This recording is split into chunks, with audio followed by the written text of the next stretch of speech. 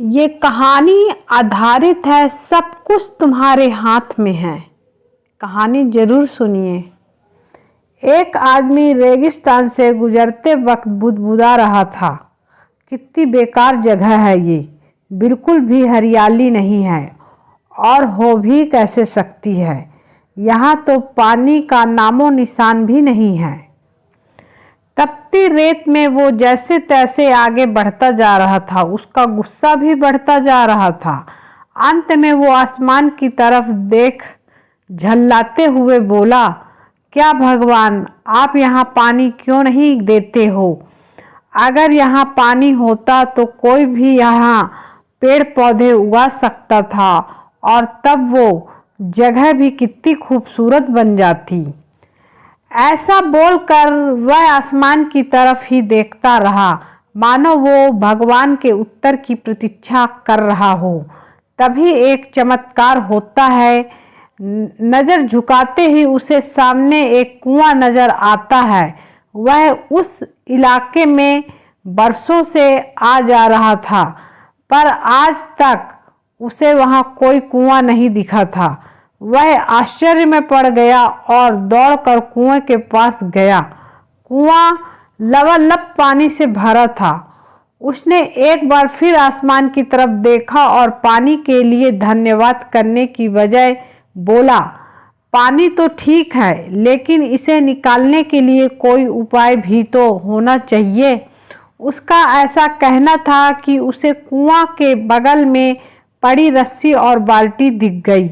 एक बार फिर उसे अपनी आंखों पर यकीन नहीं हुआ। वह कुछ घबराहट के साथ आसमान की ओर देखा और बोला, लेकिन मैं ये पानी कैसे ढोऊंगा? तभी उसे महसूस होता है कि कोई उसे पीछे से छू रहा है। पलट कर देखा तो एक ऊंट उसके पीछे खड़ा था। अब वह आदमी अब एकदम घबरा जाता है।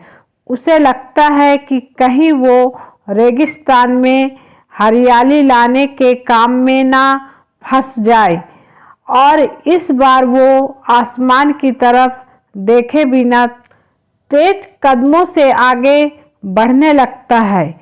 अभी उसने 2 बार कदम ही बढ़ाया था कि उड़ता हुआ पेपर का एक टुकड़ा उससे आकर चिपक जाता है। उस टुकड़े पर लिखा होता है कि मैंने तुम्हें पानी दिया, बाल्टी और रस्सी दी, पानी ढोने का साधन भी दिया। अब तुम्हारे पास वो हर एक चीज़ है जो तुम्हें रेगिस्तान को हरा भरा बनाने के लिए चाहिए। अब सब कुछ तुम्हारे हाथ में है। आदमी एक क्षण के लिए ठहरा, पर अगले ही पल वह आगे बढ़ गया और रेगिस्तान कभी भी हरा भरा नहीं बना पाया। सीख: कई बार हम चीज़ों के अपने मन मुताबिक होने पर दूसरों को दोष देते हैं। हम सरकार को दोषी ठहराते हैं, कभी अपने बुजुर्गों को, कभी कंपनी को, तो कभी भगवान को। पर इस दोष रोपण के चक्कर में हम इस सच्चाई को अनदेखा कर देते हैं कि एक इंसान होने के नाते हम में वो शक्ति है कि हम अपने सभी सपनों को साकार खुद कर सकते हैं।